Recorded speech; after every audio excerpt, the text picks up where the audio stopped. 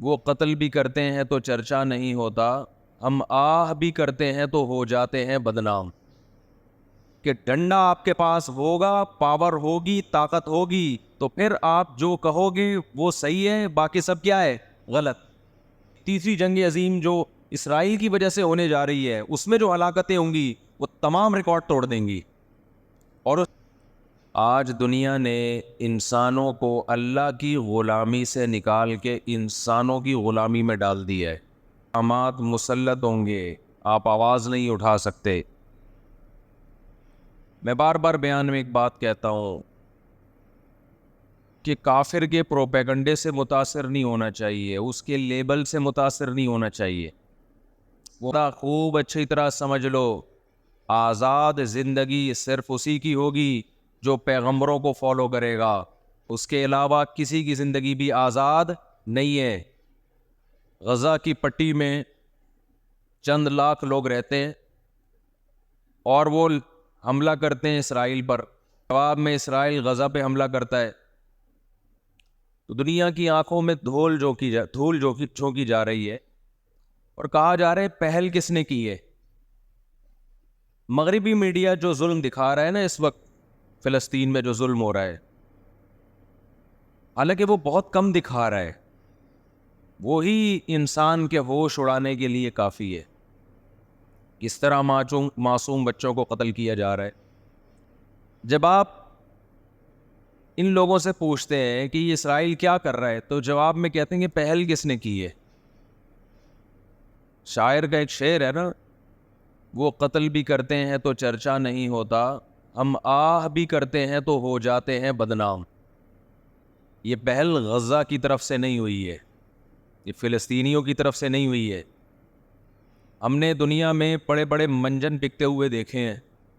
مجھے افسوس اس پر ہوتا ہے، ہماری کرکٹ ٹیم انڈیا میں جب اس نے فلسطینیوں کے حق میں آواز اٹھائی تو بہت سے ہندوؤں نے ان کے خلاف احتجاج کیا.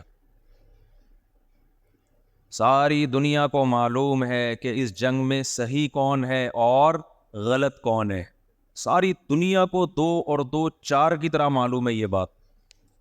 لیکن دنیا کی وہ عظیم طاقتیں جو صبح و شام ہمیں تہذیب سکھاتی ہیں، ہمیں دہشت گرد کہتے ہیں، ہمیں دنیا کا امن خراب کرنے والا کہتے ہیں، بار بار ہمیں تانا دیتے ہیں کہ اسلام تلوار سے پھیلا ہے، بار بار ہمیں دہشت گرد. اور چیکنگ کتنی ہوتی ہے جب کوئی پاکستانی یا کوئی مسلمان جاتا ہے ان کنٹریز میں، کتنی زیادہ چیکنگ ہوتی ہے. آپ 40-50 سالوں کی تاریخ اٹھا کے دیکھو، آپ کو پتا چلے گا کہ یہ بڑی طاقتیں کیسے دنیا کی آنکھوں میں دھول جھونکنے کی کوشش کرتی ہیں. اتنا زبردست طریقے سے جھوٹ بولا جاتا ہے، اتنا زبردست، اور ایسا پروپیگنڈا کیا جاتا ہے کہ لوگ اس جھوٹ کو سچ سمجھنا شروع کر دیتے.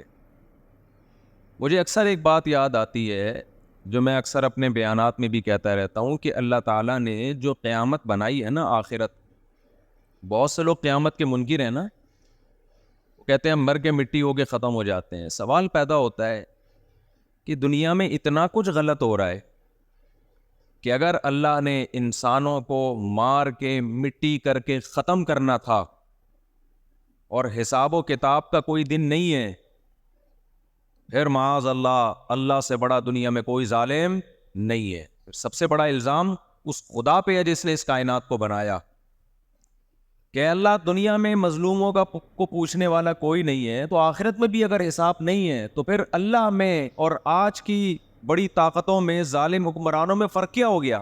بتاؤ دنیا میں پورا حساب ہوتا ہے کیا؟ بولو بھائی، ہوتا ہے کیا دنیا میں پورا حساب؟ جنرل مشرف کی بہت ساری باتیں جن سے ہم متفق نہیں، کچھ باتیں بڑی خاندانی کر گیا وہ، کچھ غلط لوگ بھی صحیح باتیں کر جاتے ہیں نا. جنرل پرویز مشرف مرحوم کی پالیسیاں، ان پالیسیوں نے پاکستان کو فائدے کے بجائے نقصان پہنچایا. کچھ باتیں بڑی خاندانی کر گئے جنرل مشرف. جب امریکہ نے دباؤ ڈالا نا کہ آپ اڈے دو اور ہم نے افغانستان پہ حملہ کرنا ہے، جنرل مشرف کی چاہت نہیں تھی اڈے دینا، چاہت ہوگی کہ ہم اپنے ملک میں کسی آرمی کو گھسنے دیں. مشرف نے ایک بات کہی, اس وقت میں نے براہ راست وہ تقریر سنی کہ یہ دنیا ڈنڈے کی زبان سمجھتی ہے, جس کے پاس ڈنڈا ہے اس کی بات سنی بھی جائے گی, سمجھی بھی جائے گی, اور اس کو فالو بھی کیا جائے گا. یعنی اس نے بزبان حال کہہ دیا کہ ڈنڈا آپ کے پاس ہوگا, پاور ہوگی, طاقت ہوگی, تو پھر آپ جو کہو گے وہ صحیح ہے, باقی سب کیا ہے, غلط. اس وقت دنیا میں دو بڑی طاقتیں ہیں جو اس وقت تیسری ورلڈ وار کی طرف دنیا کو لے کے جا رہی ہیں. آپ کو پتہ ہے پہلی جنگ عظیم میں کتنے لوگ ہلاک ہوئے, دوسری جنگ عظیم میں کتنے لوگ ہلاک ہوئے, اور اب جب تیسری جنگ عظیم ہوگی تو ہلاکتوں کا جو ریشو ہوگا, میں سمجھتا ہوں آدم علیہ السلام کے زمانے سے لے کر اب تک دنیا میں جتنی ہلاکتیں ہوئی ہیں وہ ایک طرف ترازو کے ایک پلڑے میں رکھ دیں آپ, اور یہ تیسری جنگ عظیم جو اسرائیل کی وجہ سے ہونے جا رہی ہے اس میں جو ہلاکتیں ہوں گی وہ تمام ریکارڈ توڑ دیں گی, اور اس کا ذمہ دار برطانیہ, امریکہ اور اسرائیل ہوگا, جو دنیا میں سب سے زیادہ تہذیب کے ٹھیکے دار سمجھے جاتے ہیں. اس لیے میرے سامنے یہ نہ کیا کرو گورے کے اخلاق بہت اچھے ہوتے ہیں, تھینک یو سے بات شروع کرتا ہے, تھینک یو پہ ختم کرتا ہے.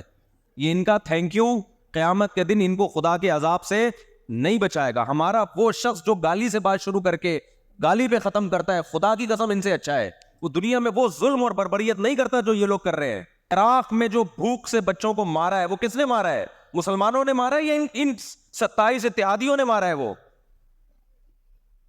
اب بھی دنیا کو اگر ہوش نہیں آتا اور کفر کی حقیقت سمجھ میں نہیں آتی ہے, ہمارے لبرل اور سیکولر طبقے کو جو صبح و شام ان کے گن گاتے ہیں, تو پھر آپ کو اس کا اللہ کے سامنے حساب دینا پڑے.